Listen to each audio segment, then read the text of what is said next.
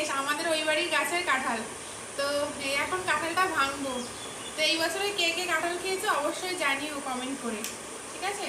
কাঁঠাল ভাঙতে পারি না সবসময় আর কি, আয়নের পাপাই ভাঙে, তো আমি আজকে একটু ভাঙি, ইচ্ছে হলো তাই।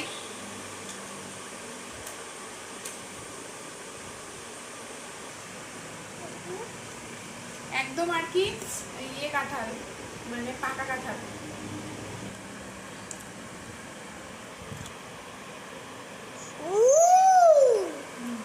আগে একটা খেয়ে দেখি কেমন।